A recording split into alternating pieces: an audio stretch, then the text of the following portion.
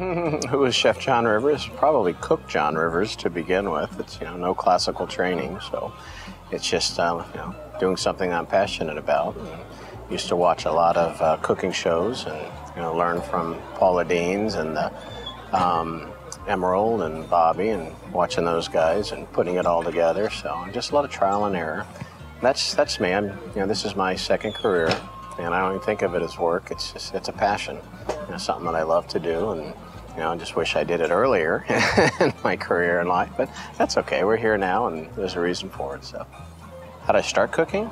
Oh, when I was a child. I think my first big cooking event was a Christmas that my folks turned the breakfast over to me, and I had to be maybe 10, 11, 12, somewhere in there, and a good 25, 30 relatives all came over, and and I just put this huge spread out that was ridiculous, and I had no idea what I was doing, but it just came natural, and had a lot of fun with it, and then worked all my way through high school and college, working at different restaurants, and just always in the industry, and always loved to dabble. In college, I took over the kitchen at the fraternity house, and did the pig roast and the chili contests and all that, and just always loved to experiment. I love to create, and just love to serve people. And I think that's a key element too to being successful in this industry. You better have a good heart for it, and otherwise I think it'll make it very tough.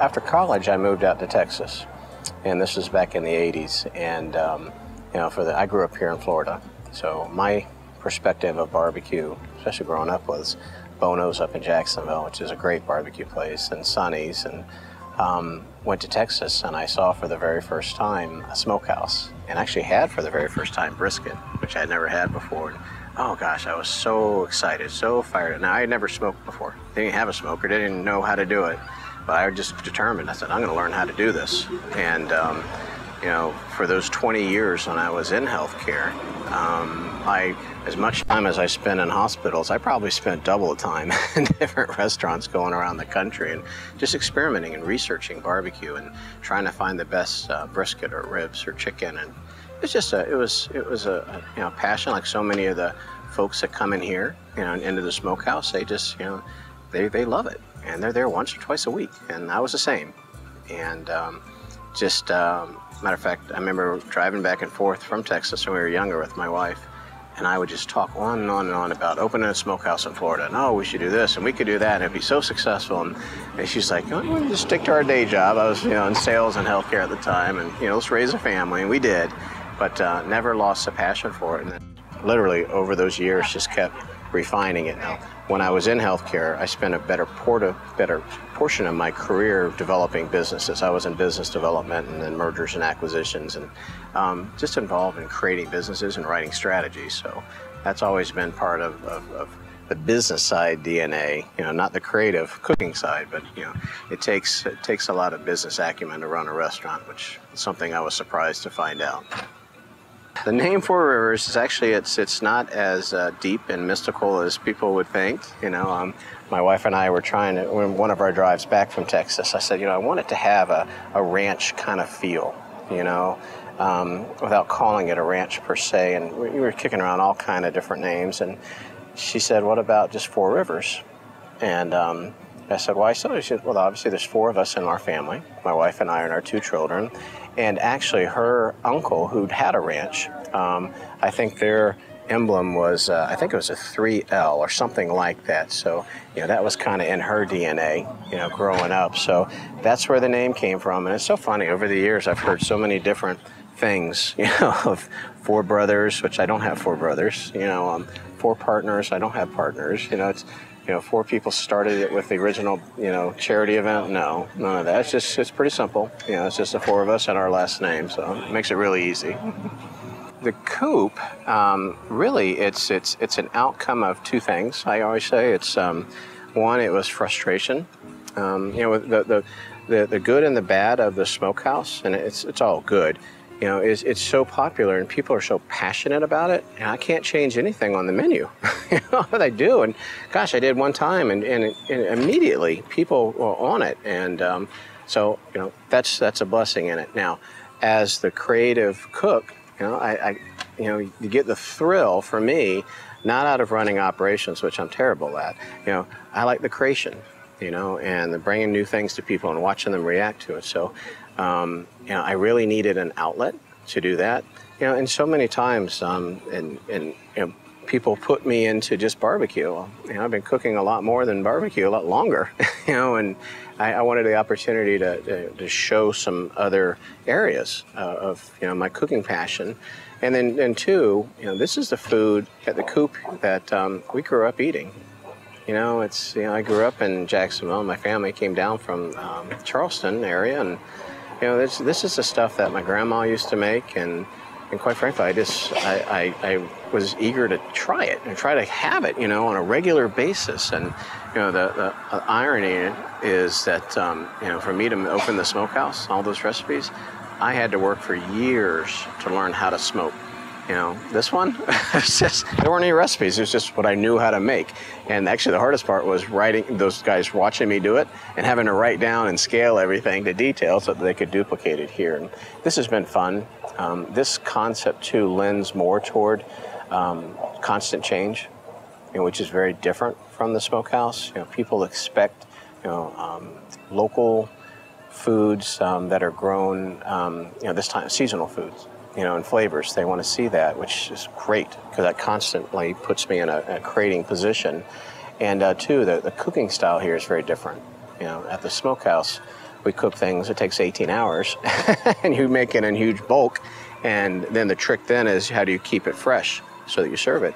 You can't do that here. You can't fry chicken that far in advance. You can't make a dumpling that far in advance. It's a much more, not necessarily a made to order, but it's very, very close to a made to order. So it's been a great challenge for the operating team, to shift to that. As I look at other larger organizations, there's such a delineation between the two. And I think that delineation could potentially stifle growth and creativeness. The fact when you've got the CEO who's also the one coming up with the zany ideas, I think it creates a fun environment. And, I think that's also lent to why we've been able to attract so much great talent. They want to be part of something that's growing and, never sitting back and being comfortable with just doing it the way we've always done it. That's where I think companies get in trouble. You constantly have to be improving and searching and staying ahead of what's out there. And if we ever sit back and just be happy with our market position or be happy with what we had yesterday, I think we lose our competitive edge. Well, the biggest challenge on a day-to-day is probably people, staffing. We've got almost 1,000 teammates now. And, I always say that I can make all the recipes and I can design all the cool logos and the marketing material, but if the team isn't implementing it, not from an execution perspective, but so much of our business is our culture. And so much of our brand is, it's an interesting concept. I keep telling the team, it's less about the what we do, it's more about the why we do it. And people get passionate and they follow a why. They don't follow, a piece of brisket.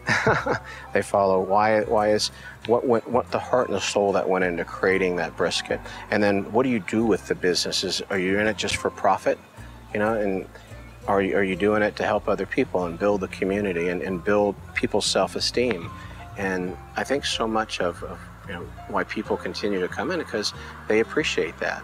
And so that's a key piece. And when I talk about people, you can teach them how to cook a recipe, you can make them wear the shirts and so, but to get them to embrace the culture of the why, and that's a big, it's not a challenge, but it's probably on the top of our list. When we sit down, we say these are the 5 most important things for our growth. We just did this actually 2 weeks ago. Number 1 was to maintain that culture, especially as we grow outside of the zip code.